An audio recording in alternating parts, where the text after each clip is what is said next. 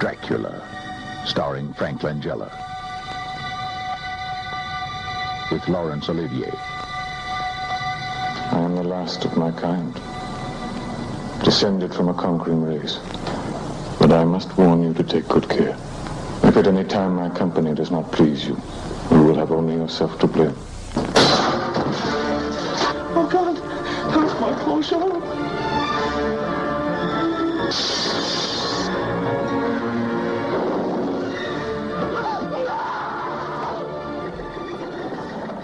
Okay, John Badham is a fairly big Hollywood director, and he got to do in the late 70s, 1979 to be precise, his own take on the Dracula, Bram Stoker's Dracula.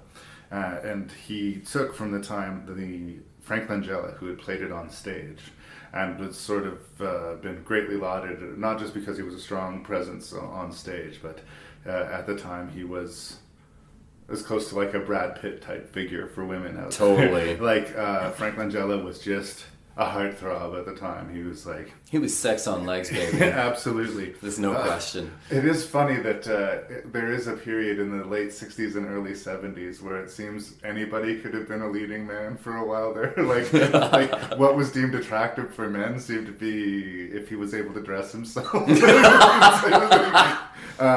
think that Langella is sort of started opening up things more to, and for better or for worse, creating the male equivalent of the cast for looks type of movie star. That's not saying that Frank Langella isn't a great actor. I do think he is a good actor, but I think he's kind of become a great actor over the course of his career in a lot of ways. I think a lot of the reason he got roles when he was young is because, what I said, he had his own sort of sex appeal. Exactly. And it's present here as well.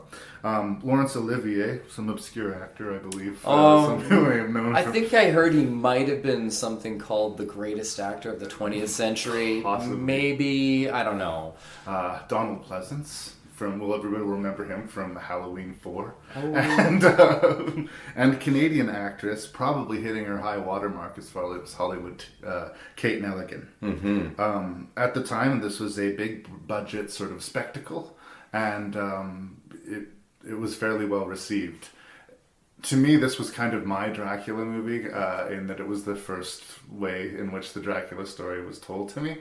And I saw it when I was 6 years old. Oh, wow. And I was fucking terrified by it. You know, it seems like you and I have similar stories because, like, Dracula was my first one. This is, like, again, I've seen lots of versions since, but this is the one that sort of stuck into my head. And there's images that are just burned into my brain.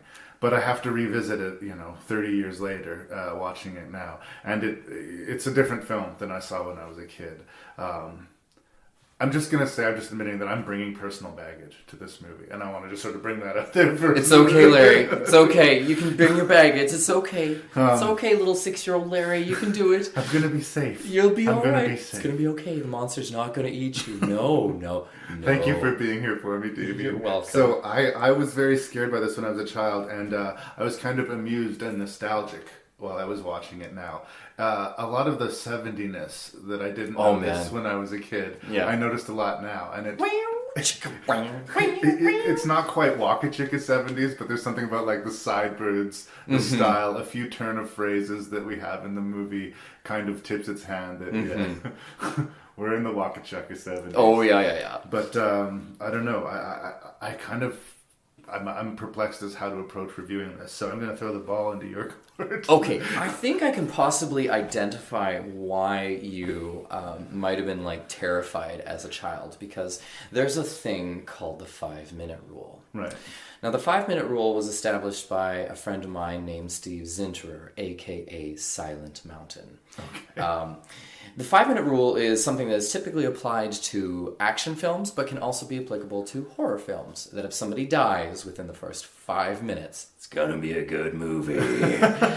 And so I suspect what you saw, because the 5-minute rule is most definitely in full effect for this film. Absolutely. They're like, oh my god, there's evil on the ship, the rats are freaking out, it's the high storms, and they're trying to toss... Spoiler alert, by the way, boys and girls! They're trying to toss the coffin off. and that hand comes through and casually drags its fingers Across through the throat. Cry's throat, taking the throat with them. Spurt, spooge. I was like, oh yeah, that's approved. Yeah. So I suspect maybe some of your absolute sheer, oh my god. If I could only remember what was the thing for my version of Dracula that freaked me out. I can tell you the exact scene for me. Oh, really? Yeah. It's the scene where Laurence Olivier and Donald Pleasance and another guy go down into the crypt to put down, not Lucy, but Lucy. Mina. Oh, Mina? Was it Mina? No, Mina's the girl who survives. It was Lucy that they had to stake down. Yes, it was Lucy. Lucy had vamped out and been buried, but they knew that she would have been vampirized, and in order to put her soul to rest, they had to stake her, and her father does the deed. Just past the visceral violence of it, and this ghoulish creature yelling "Papa" to this man as he stakes her and kills her, and the psychological destruction of him. I'd seen violence before, and I'd seen drama before, but I think something about that, and I was like, again, in the single-digit age category. Mm-hmm. There was something just too horrifying about that scene. No, and I would agree with you. That scene stood out because there they are in the warrens of this ancient abandoned coal mine, which had been apparently a cemetery was a good place to build on top of a coal mine or whatever. She had slipped through her grave into the coal mine and was using it as her easy feeding access.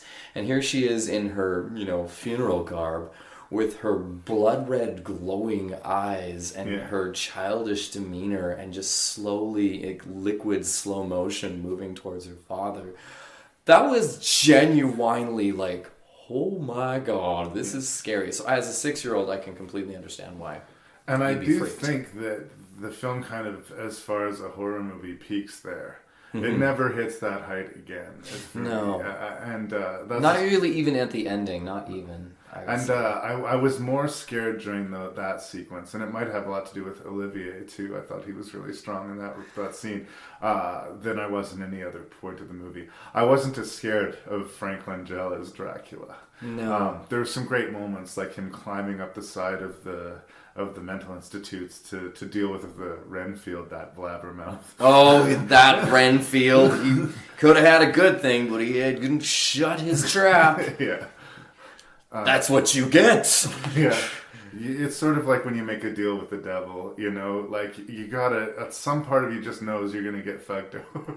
Oh yeah. If you agree to become this puppet of a vampire, a familiar, or whatnot, I think at some point it's just self-destructive. You gotta know you're gonna be screwed over.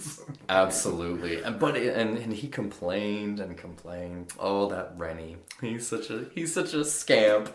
One of the other things about just sort of the cinematography and the sweepingness that I loved was where Dracula was housed up. Was it a mansion or a castle or kind of a combination of both? Yeah, it's sort of like a mansion, I think, more, but because he was trying to make it closer to what he was used to, but it was as close as he could approximate to his original castle. It really did feel like a thing of earth and darkness and shadows, because when you opened up, it's like the light didn't go anywhere. It's like, whoa. Yeah. And it was pretty, I thought, I just liked the cinematography. It was pretty spectacular that way.